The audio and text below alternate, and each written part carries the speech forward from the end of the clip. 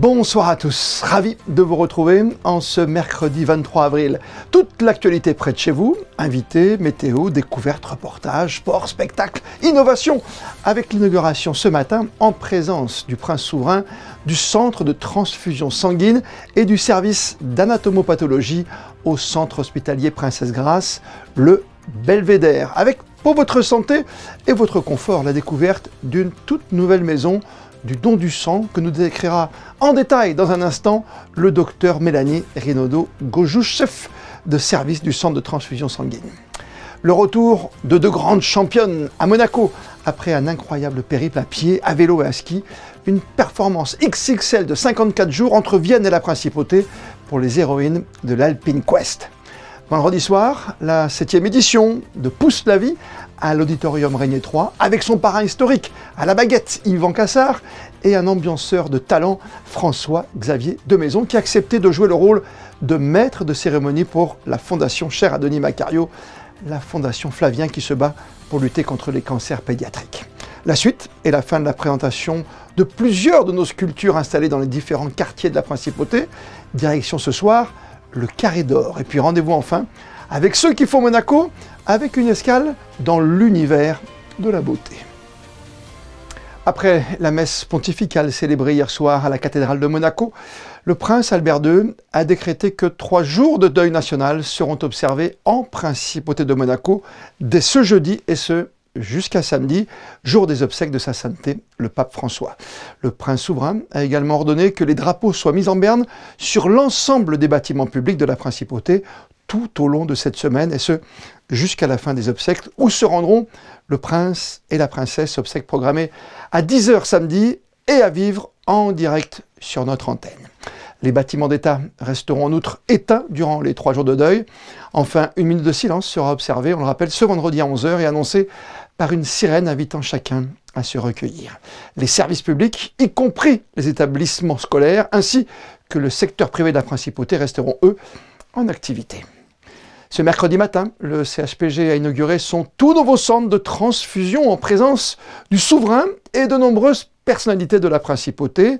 Un espace ultra moderne pensé pour améliorer la prise en charge des patients et optimiser les processus médicaux. Le reportage de Vanessa Dessy sur des images d'Alexandra Marangoni.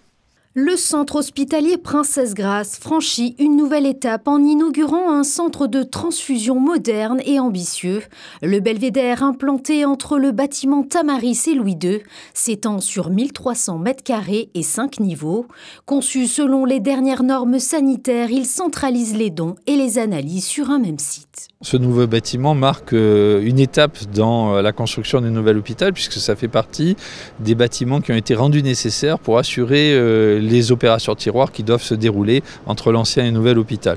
Donc ce nouveau bâtiment, il va accueillir le centre de transfusion sanguine, mais pas que, également le service d'anatomopathologie, sujet extrêmement important. Ce service qui a grandi au fil du temps était disséminé dans plusieurs sites de l'ancien hôpital. Il était important de pouvoir les regrouper pour augmenter l'efficience de ce service. Donc ce bâtiment, c'est à la fois une belle installation pour le service d'anatomopathologie, c'est bien sûr la maison du don, le centre de transfusion sanguine. Je rappelle toute l'importance attachée au don du sang en Principauté. On est heureux de pouvoir petit à petit poser des pierres comme ça à cet édifice. L'arrivée de la plateforme Idila, un équipement de pointe, améliore la qualité de soins au CHPG, notamment dans la prise en charge des cancers. Un gain de temps précieux pour affiner le diagnostic et débuter plus vite les traitements. Idila, pour nous, c'est un nouveau pas vers l'avenir, puisque c'est le démarrage de l'activité de biologie moléculaire au CHPG. La biologie moléculaire, en réalité, c'est l'avenir de l'oncologie, puisque ça va nous permettre d'analyser les tumeurs sur site, au lieu de les envoyer à Marseille, à Nice ou à Paris, et donc d'avoir le résultat beaucoup plus rapide. Ces résultats, ils servent à quoi? Ils servent à cibler, en fait, la thérapie qu'on va pouvoir mettre en œuvre pour le patient. Il faut savoir que 6% des patients, selon une dernière étude, n'ont pas les résultats avant leur décès, entre le moment du prélèvement et le moment du résultat.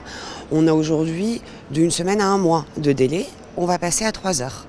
Avec ce nouveau centre, le CHPG réaffirme sa volonté d'innover et de renforcer son rôle au cœur du parcours de soins, au service d'une médecine plus rapide, plus sûre et plus humaine. Et notre invité ce soir, en duplex de ce nouvel espace réservé au don du sang, est le docteur Mélanie Rinaudot-Gojous, chef de service du centre de transfusion sanguine. Bonsoir à vous.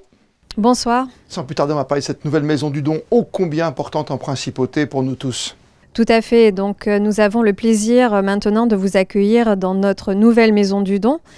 Donc cet espace d'accueil des donneurs a été pensé par l'ensemble de l'équipe justement pour améliorer l'expérience du don en principauté, améliorer la convivialité notamment du don. Quelque part, il y a toujours une petite peur, une crainte quand on vient faire un don du sang? Alors, en effet, certains donneurs peuvent présenter une certaine anxiété au moment de donner son sang et nous sommes vraiment à l'écoute de cette anxiété et nous essayons d'y répondre au mieux. Donc, déjà en proposant certaines techniques, enfin aromathérapie, phytothérapie. Nous avons également un personnel très bienveillant qui va prendre en charge le donneur tout le long de son don. Ça se fait plutôt de façon solitaire ou c'est plus sympathique, entre guillemets, de le faire à plusieurs pour la bonne cause? Alors nous avons des partenariats avec les entreprises, 80 entreprises de la principauté, et c'est vrai que lorsque les donneurs viennent en groupe, ça génère une convivialité supplémentaire. C'est une période qui est la période du printemps, qui annonce donc un été où il y aura beaucoup de monde, mais auparavant il y a même des événements comme les différents Grands Prix, qu'ils soient Grand Prix ou le Grand Prix habituel. Est-ce qu'on fait un peu plus de stock? Est-ce qu'on demande un peu plus de sang pour ces périodes bien particulières? Alors tout à fait, pour le mois de mai et ces Grands Prix, nous augmentons un peu les stocks de produits sanguins labiles pour répondre éventuellement à des accidents ou d'autres événements exceptionnels qui pourraient intervenir en principauté. Souvent, on entend franchement des messages qui sont des messages d'alerte, très souvent et depuis trop longtemps. Qu'est-ce qu'on peut faire pour que les gens aillent naturellement, le sang c'est la vie, aillent naturellement chez vous dans cette nouvelle maison? Alors nous avons un agent qui part faire des séances de sensibilisation au don du sang auprès des entreprises, auprès des institutions de Monaco, même auprès des élèves de la principauté pour sensibiliser dès le plus jeune âge à l'importance de donner son sang.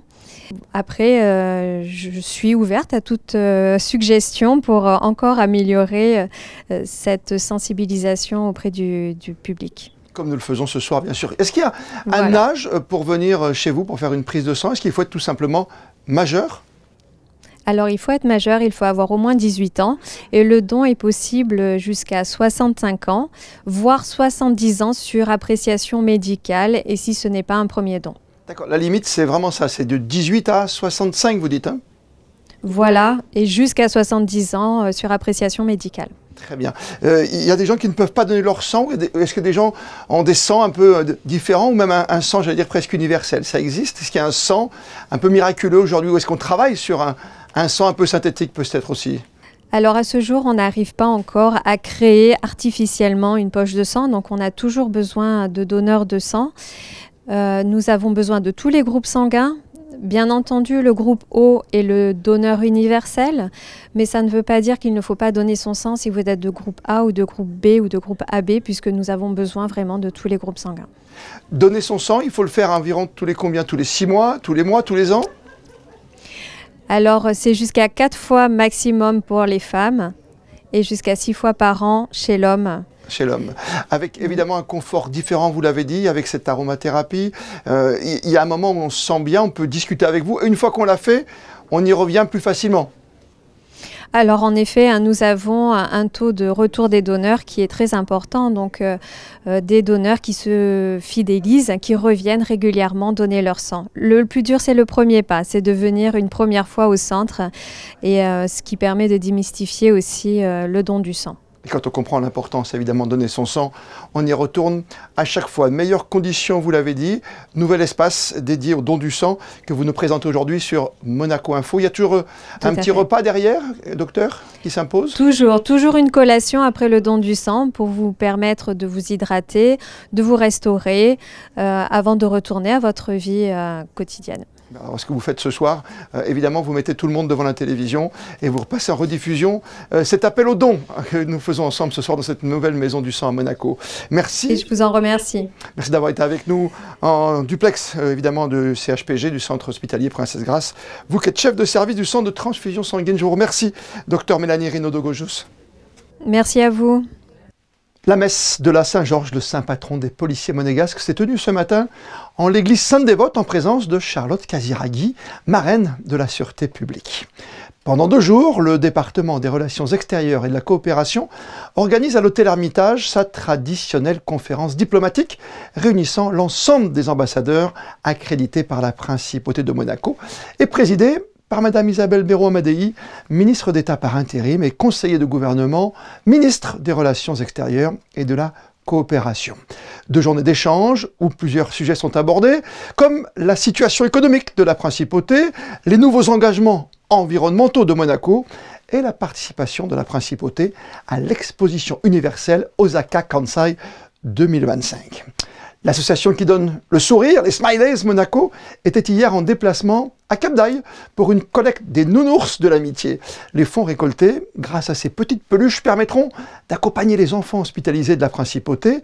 Regardez ce reportage, il est signé Léa Dutrouille et Arnaud Imbert. De toutes les couleurs, ces nounours de l'amitié sont le fruit d'un travail commun entre l'association Les Smileys Monaco et les retraitées adhérentes au CCAS de Cap d'Aille. Est-ce qu'avant cette initiative, tout le monde savait tricoter? Non. Non. Moi, et donc tout le monde a trouvé un rôle quand même. Un petit peu. Ouais. Et vous, non, pas du tout. J'étais petite. Hein. Ces nounours seront vendus 5 € pour financer l'achat de mascottes de médiation médicale, des mascottes qui accompagneront un maximum d'enfants hospitalisés en principauté. Pendant 2 semaines, tout le monde a tricoté. Et ça a permis d'avoir 75 petits nounours qui vont être vendus. Ça représente 75 mascottes comme ceci. Je pensais qu'on en aurait une vingtaine, que ça serait tranquille. Et il y a eu surtout pendant les ateliers une grande dynamique parce que chacun a utilisé ses compétences à aider l'autre. Il y en a qui tricotent, il y en a qui crochettent. Et tout le monde a fait des petits nounours dans la joie et la bonne humeur. Ces petites peluches entièrement tricotées ont été très bénéfiques pour les adhérentes du centre, comme le soutient Delphine Zambernardi. Le fait que ce soit des nounours, que ce soit lié à l'enfance, etc., je crois que ça a vraiment pris. Et elles se sont vraiment données à cœur en 15 jours de fabriquer ces 75 nounours. Si cet atelier était à refaire, vous le referez sans hésiter? Sans hésiter. Un atelier qui a fait mouche auprès des participantes, beaucoup d'entre elles le referaient avec grand plaisir. Ça vient du cœur, ça vient, on le fait. On sait qu'après fini, c'est un enfant qui va le toucher, qui va le prendre. Cette cause nous tient à cœur et si tous ces enfants peuvent avoir un moment moins malheureux, moins triste et moins douloureux surtout, nous aurons fait notre job. Voilà. Si un total de 75 nounours de l'amitié a été tricoté, ils seront tous disponibles à la vente lors des prochaines manifestations de l'association.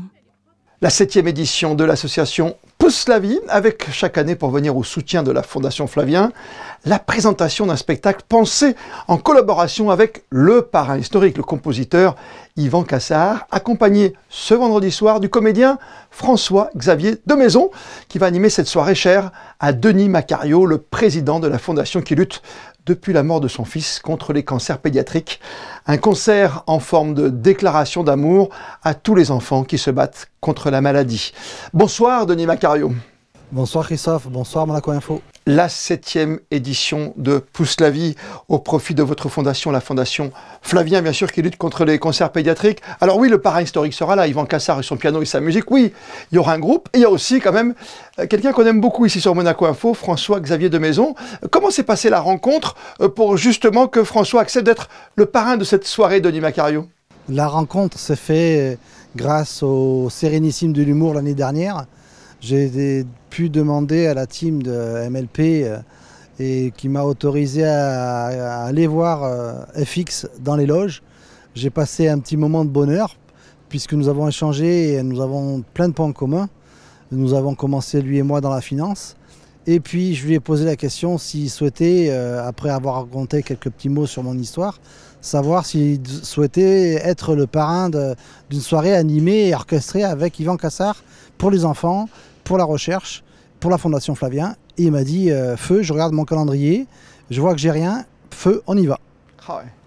Ça c'est formidable hein, quand même d'avoir un artiste qui ne vous connaît pas à la base et qui apprécie cette rencontre inopinée. Hein. Ah, c'est un bon vivant. Donc j'en suis un, et l'amitié qu'on peut se dégager en une parole sincère, vraie et je dirais classique. Monsieur bonjour, madame bonjour. Là, comme ça, hors du commun. Hors du commun. Hors du commun. Personnage rare, c'est vrai, qui fait du bien, qui va insuffler un niveau de rire et de sourire qui sera à la hauteur de l'événement comme d'habitude, avec notamment beaucoup de musique en programme encore. Il y a un sacré menu musical inédit, puisque nous allons quitter le monde de Tarantino pour se recentrer, on va dire, sur la thématique qui nous fait un petit peu danser avec le smile. Et on va avoir vraiment le smile, comme le dit l'affiche de Pousse la vie, 7e édition. Oui, toujours ce sourire pour transformer cette douleur de la perte d'un enfant en espoir, avec toujours ces mots qui résonnent de la part de votre fils. On s'en souvient, force, volonté, passion, nouvel espoir. C'est ça votre mission aujourd'hui encore. Hein. C'est clair, c'est papa y a les autres. Nous sommes en mode papa y a les autres parce que, en tant que, on va dire, capitaine du navire, certes, mais il y a toute la team qui est derrière moi, que ce soit pour avoir fait l'affiche et Vanessa qui chantera aussi avec les Call Me Winston qui sont là et qui orchestrent grâce à Frédéric Vito. Et puis l'OPMC qui est là, qui prête les lieux, qui fait tout, qui me déroule le tapis rouge. C'est une sacrée belle équipe de bénévoles, d'amoureux des enfants et qui fait qu'on avance. Voilà, c'est du concret. Comme l'a dit en interview la semaine dernière FX, nous sommes dans le concret, une action concrète. Et tous les jours le prouvent. Et la preuve aussi, 10 ans après, de toutes les actions qui ont abouti à cet essai clinique, ça s'appelle le Mépindax, quoi. Un nouvel espoir. C'est un vrai nouvel espoir aujourd'hui. Hein. On le rappelle pour cette lutte contre les cancers pédiatriques et votre fondation qui le porte si bien, qui porte cet espoir en vous, bien sûr, et à travers vous. C'est un fait. J'en suis devenu le capitaine forcé, et non pas souhaité, mais forcé. Et puis maintenant, je ne pourrai qu'abandonner le jour où je n'aurai plus de souffle de la vie. Et de l'envie, j'en aurai toujours de toute manière. Voilà. Mais de la vie, voilà. De la vie. Et le pouce de la vie, bien sûr, pour cette 7e édition. On le rappelle, c'est à l'Auditorium Régnier 3 à Monaco ce vendredi. Les places sont accessibles au niveau financier. C'est de mémoire 15 € pour les adultes, 5 € pour les enfants, c'est ça hein? Exactement, c'est dérisoire. Dérisoire. Et il ne faut pas hésiter, même si Monaco accueille plein de choses, plein de belles soirées, plein de sports et tout ça. Il y a une action concrète, comme l'a encore dit. Il y a une action concrète à faire ce soir-là pour passer un bon moment, pour donner le smile, pour avoir le smile, parce qu'on en a bien besoin quand on combat, malheureusement. Un concert qui fait du bien, bien sûr, de Nima Cario, comme chaque année pour cette 7e audition. On espère que ça sera complet, que ça sera plein. Vous l'avez dit, la recherche va de plus en plus vite, vous pensez, ou c'est encore trop lent, je l'imagine, pour vous, par rapport au destin des enfants? Ça sera toujours trop lent. On le voit bien. Point de vue administratif, j'étais il y a une dizaine de jours, le 10 avril notamment, au ministère de la Recherche en France, pour parler de la recherche. Elle est trop politisée, la recherche. J'ai bien fait, vraiment bien fait d'arrêter de m'attaquer à ces monuments-là, ces bâtiments et les personnes qui les occupent, pour me mettre derrière, quoi, avec les chercheurs, on se retrousse. Les chercheurs cherchent dans leurs éprouvettes, moi je cherche entre guillemets dans les portefeuilles des gens et je leur apporte des projets pour sauver des vies, pour apporter des solutions thérapeutiques. Comme l'a dit dans le discours d'avènement Bertrand Piccard, Monaco est une terre de recherche de solutions. Voilà. Ouais. Donc acte. Ouais, c'est un combat, long combat que vous menez avec brio, vous l'avez dit, vous le capitaine de l'association. En tout cas, on est de tout cœur avec vous, le savez, qu'on vous suit chaque année, hein, de Nima Cario avec Monaco Info. On rappelle, hein, il y aura donc du rire, il y aura de la musique, il y a un présentateur aussi qui est très top 50, hein, qui s'appelle Marc Toesca. Donc voilà, on va être immergé dans l'univers Tarantino et de la musique des années 80 aussi. Hein. Ça sera essentiellement 80, ouais. 80, et je pense qu'il y aura le feu sur scène, puisque FX va mettre ses petites notes vocales assez graves. Ça m'étonnerait qu'il ait une voix aiguë, donc assez grave, et pour allumer le feu. Ah carrément. carrément. Donc il y aura du Johnny dans l'air. Ouais. J'ai bien compris. J'ai mon petit doigt qui me dit que voilà, parce que je le voyais, je le pourrais pas le voir chanter I Believe de Cher quand même. Oui, et puis on rappelle quand même que Yvan Cassar, le parrain historique, était le pianiste sur la fin de Johnny Hallyday, bien sûr. Tout à fait. Directeur artistique de Johnny. Quand même, quelque chose. Hein. Merci mille fois, bravo pour votre combat qui continue avec cette 7e édition. Pousse la vie, je rappelle, c'est vendredi soir, allez-y nombreux, 15 € les adultes, 5 € pour les enfants. Ça se passe à l'auditorium Régnier 3, c'est toujours un très très grand moment en principe de Monaco et ça fait en plus avancer la recherche contre les cancers pédiatriques. Merci mille fois d'avoir pris du temps pour nous et plein de belles choses pour cette grande soirée Denis Macario.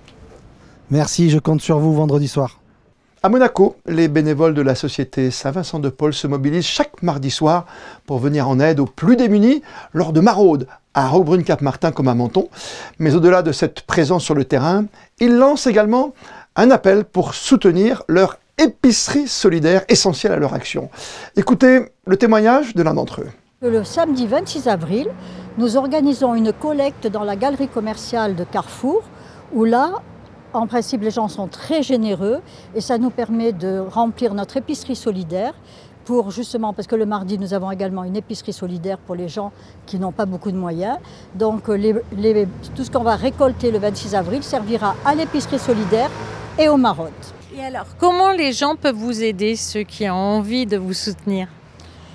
Pour nous soutenir, il faut qu'ils viennent au local parce qu'on a toujours besoin de personnes pour faire la préparation. Nous avons besoin de chauffeurs aussi parce que ça, on n'en a pas beaucoup parce que les femmes ne peuvent pas conduire et ne peuvent pas partir toutes seules faire une maraude. Voilà comment on peut nous aider. Ça y est, c'est fait. Nos deux héroïnes de l'Alpine Quest sont arrivées ce matin. Après 54 jours d'efforts, Loubna Frey et Mélanie Cortet ont réussi à relier Vienne, en Autriche, à Monaco.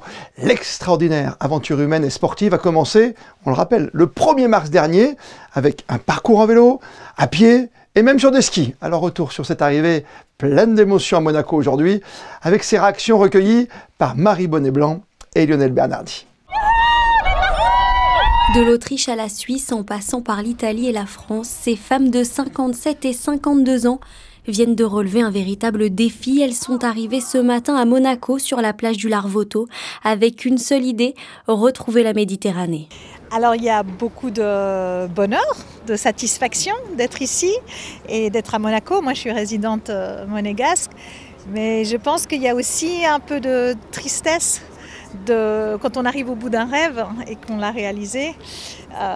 Oui, c'est un petit peu de nostalgie déjà pour ce qu'on a laissé derrière. Un voyage qui a commencé avec 5 jours de vélo, puis environ 45 jours de randonnée, avec beaucoup de ski alpin, et pour finir 4 jours de marche entre Saint-Martin-de-Vésubie et Monaco, une traversée qui a été parfois difficile. Parce qu'il y avait quelques difficultés. Le poids du sac est quelque chose qui me marque, parce que la première fois qu'on l'a mis, on s'est dit, on sortait du vélo justement, on a mis le sac qu'on allait utiliser pour le ski alpinisme, il fait plus de 12 kilos et on s'est dit non mais ça va pas le faire, on va pas y arriver. Malgré les difficultés, ces deux amies de marche reviennent avec des souvenirs plein la tête et un projet qui les aura marqués à tout jamais. La chance qu'on a, c'est qu'on est en montagne, on n'était pas tous les jours encordés à 7 mètres, on avait tout l'espace pour nous. Et si on avait une contradiction, si on avait un moment où on voulait être seul, il y a suffisamment de place. Et ça a permis de temporiser, de chacune prendre, de se libérer de certaines contradictions et puis de se retrouver à la fin. Oui. Non, ça s'est bien passé. Après 54 jours loin de tout, les plus contents de les retrouver ce matin, c'était leurs proches, évidemment. Un immense bonheur, beaucoup de fierté pour elles de ce qu'elles ont accompli et tellement heureuse de les voir arriver en une seule pièce, sans blessure et voilà, c'est extraordinaire ce qu'elles ont fait, on n'a pas de mots, c'est des machines. La Fondation Princesse Charlène de Monaco a soutenu ce projet. Au total, c'est plus de 1500 km parcourus. Suite et fin ce soir de la série découverte des sculptures les plus emblématiques de Monaco. Aujourd'hui, Sarah Incari, vous êtes accompagnée, bonsoir à vous, de Thomas Deus et vous nous emmenez dans le quartier le plus mythique de la Principauté. Oui Christophe, dernier stop dans le quartier le plus emblématique de Monaco, le Carré d'Or. Vous le savez, à l'initiative du prince Régnier III, la principauté s'est dotée de nombreuses œuvres d'art, une politique culturelle que perpétue le prince Albert II. Je vous propose tout de suite de découvrir 3 œuvres phares de Monte-Carlo. C'est parti. En face de l'emblématique casino de Monte-Carlo se cache, dans les jardins de la Petite Afrique, véritable oasis de verdure, le dimétrodon. Il s'agit d'un animal préhistorique, carnivore, présent en Europe et en Amérique il y a environ 250 millions d'années. Il est reconnaissable notamment par sa grande voile d'épines neurales présente sur le dos. Pour réaliser cette œuvre en acier, l'artiste Claude Lalanne a mis le végétal au service de la sculpture. Et si ses parties anatomiques sont faites de métal, le corps est constitué d'une armature de treillage sur laquelle poussent des plantes. Le nom Lalanne vous dit sûrement quelque chose, c'est normal. De nombreuses sculptures de son époux, François-Xavier Lalanne, ornent les rues de la Principauté. De l'autre côté du casino, la Reina Mariana accueille les promeneurs avec sa robe volumineuse appelée robe à la française ou robe à panier, une tenue très en vogue dans les milieux de l'aristocratie et de la haute bourgeoisie au milieu du XVIIIe siècle. Ici, l'artiste espagnol Manolo Valdés interprète le portrait de la seconde épouse de Felipe IV, réalisé en 1652-53 par Velázquez, à la fois pour rendre hommage au grand peintre espagnol et comme prétexte pour l'adapter au mouvement avant-gardiste. Manolo Valdés a été fait officier de l'Ordre du mérite culturel de la Principauté en 2005. Face à la Reina Mariana, 2 personnages en bronze nous invitent à remonter encore un peu plus le temps. Les 2 premiers humains à avoir vécu sur la Terre, Adam et Ève, est un thème récurrent dans l'œuvre picturale et sculpturale de Fernando Botero. Vous reconnaissez la patte de l'artiste colombien, amoureux des rondeurs du corps, qui pour lui exprime la sensualité et la vitalité. Le volume, confiait-il, c'est magique et c'est ça qui me passionne. Ces sculptures ont été exposées à Florence, sur l'avenue des Champs-Élysées ou encore sur Park Avenue à New York. Fernando Botero est décédé en Principauté assez récemment, en septembre 2023. Une autre de ses sculptures, Woman Smoking a Cigarette, se cache dans le parc paysager de Fontvieille. C'est ici que s'achève notre tour d'horizon des sculptures les plus emblématiques de Monaco. Nous en avons sélectionné 3 par quartier, mais la Principauté en compte 200 sur son territoire. Christophe, je vous mets au défi de toutes les retrouver. Comme je suis sympa, je vous donne un petit tips. Allez sur la plateforme Chemin Sculpture Régnier III, elles y sont toutes répertoriées. Ouf, merci Sarah pour ce précieux conseil, heureusement. Et sachez que les épisodes précédents, autour de Monacoville, le Larvoto, Fontvieille ou encore le Port Hercule, sont à retrouver sur la chaîne YouTube de Monaco Info, quand vous le souhaitez. Le studio de Monaco jouera à nouveau la pièce Huis clos de Jean-Paul Sartre. Ce sera ce samedi 26 avril à 20h30 au Théâtre des Variétés. Comme tous les mercredis, et comme tous les lundis aussi, plaisir de retrouver Christinda Petit-Homel avec Ceux qui font Monaco. Direction le 3 avenue Prince-Pierre pour un rendez-vous beauté ce soir, Christinda. Et je vous propose aujourd'hui que l'on se retrouve au 3 avenue Prince-Pierre pour parler de l'Institut Guinaud, là où je me trouve actuellement. Alors cet institut est bien connu en Principauté puisqu'il offre des soins esthétiques haut de gamme où expertise et innovation sont de rigueur. Immersion tout de suite dans cet univers de la beauté sur mesure.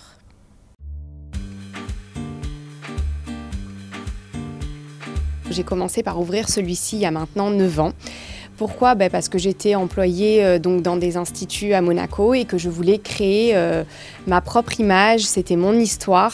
J'ai fait une école d'esthétique privée, mes parents travaillaient dans une usine où mon papa fabriquait des produits cosmétiques et mes grands-parents pareil, donc c'est vraiment une histoire familiale et je voulais vraiment que ce soit une passion et non pas avoir l'obligation de travailler avec tel produit. Je voulais vraiment choisir mes produits, mes marques. Et c'est une vraie passion au quotidien. D'ailleurs, je pratique moi-même également. Alors, la méthode Guinaud, déjà, ce sont des produits qui sont fabriqués en France. Pour avoir visité l'usine, elle est réelle, elle est à Paris. Donc ça, déjà, j'adore. Et donc, Monsieur Mondin, qui a repris la marque Guinaud il y a maintenant des années, veille énormément à ce que tous les produits soient plus que notés. Donc, on a vraiment un suivi au niveau produit, au niveau de la fabrication. Donc même nous en interne, on est énormément suivis, on est énormément formés et même si on a été diplômés, parce qu'il y a quelques années maintenant, j'estime que dans notre métier, on doit toujours se reformer. Donc on a une personne qui vient une fois par mois, où elle nous suit en cabine, on va voir ce qu'on peut améliorer, comment, pourquoi. On travaille vraiment sur la peau et la différence des autres marques, pourquoi j'ai choisi Guinot, c'est parce qu'on a du vrai résultat au niveau de la peau. Au niveau des produits, c'est Guinot en visage et au niveau du corps, je suis une fan de LPG et j'ai rentré un nouvel appareil il y a maintenant 1 mois, donc vous arrivez à pic, où on va travailler sur la mémoire cellulaire au niveau du corps et aussi du visage. Donc je vous propose vraiment ces 2 marques avec lesquelles on a énormément de résultats. Quelles sont les zones que vous travaillez, le visage, le corps également? Le visage, le corps, donc au niveau du corps, on va travailler beaucoup les jambes, le ventre et les bras. On a aussi énormément de sportifs, souvent aussi des pompiers qui viennent parce qu'ils font énormément de marathons et pour tout ce qui va être récupération après le sport aussi, on a vraiment un gros résultat pour tout ce qui va être drainage. Et on fait beaucoup de choses. On a vraiment, on est à 2 doigts de l'alternative au niveau de l'esthétique chirurgicale. C'est pour ça qu'on a beaucoup de résultats aussi au niveau du visage. Aujourd'hui, il n'y a plus besoin de faire de lifting pour moi, en tout cas, du moment où notre peau elle est entretenue à la maison et également au sein des instituts qui sont formés pour. Le soin parfait, je dirais déjà qu'on est des docteurs en beauté. L'essentiel, c'est d'avoir une très bonne esthéticienne qui puisse vous apporter de meilleurs conseils. Pour moi, il n'y a pas de soin parfait parce qu'on doit s'adapter vraiment au type de peau de la cliente, à l'état de peau de la cliente. C'est ça pour moi le soin parfait. C'est à nous à vous adapter à vous. Entre exigence, savoir-faire et bien-être, vous l'aurez compris, les instituts Guinot s'imposent comme une référence de la beauté en principauté. Et dans un instant, votre météo pour ces prochaines heures avec Marie Bonnet-Blanc. Et comme le veut la tradition, on termine ce journal par les instantanés du jour consacrés à la messe de la Saint-Georges, saint patron des policiers. Les photos sont signées Manuel Vitali.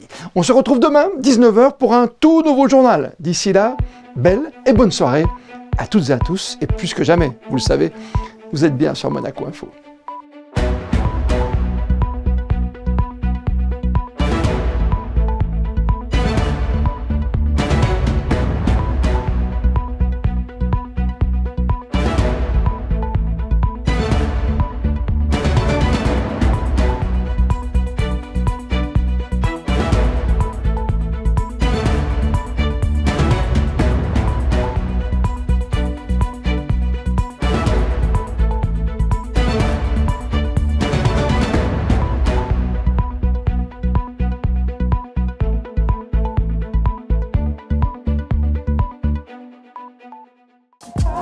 Retrouvez la météo avec Maya Bay, le restaurant référence thaï japonais de Monaco. Bonsoir à tous, je suis ravie de vous retrouver pour faire le point sur le temps de demain et bonne nouvelle, le soleil devrait rester avec nous et le ciel sera dégagé. Côté température, elles seront agréables avec déjà 15 degrés dans la matinée. Dans l'après-midi, il fera jusqu'à 18 degrés. Demain, nous fêterons la Saint-Fidèle et puis des journées mondiales à thématique médicale. Il y en a beaucoup tout au long de l'année. Demain, c'est une journée contre la méningite. Cette journée mondiale coïncide avec la semaine européenne de la vaccination. C'était la météo avec Maya Bay, le restaurant référence thaï japonais de Monaco.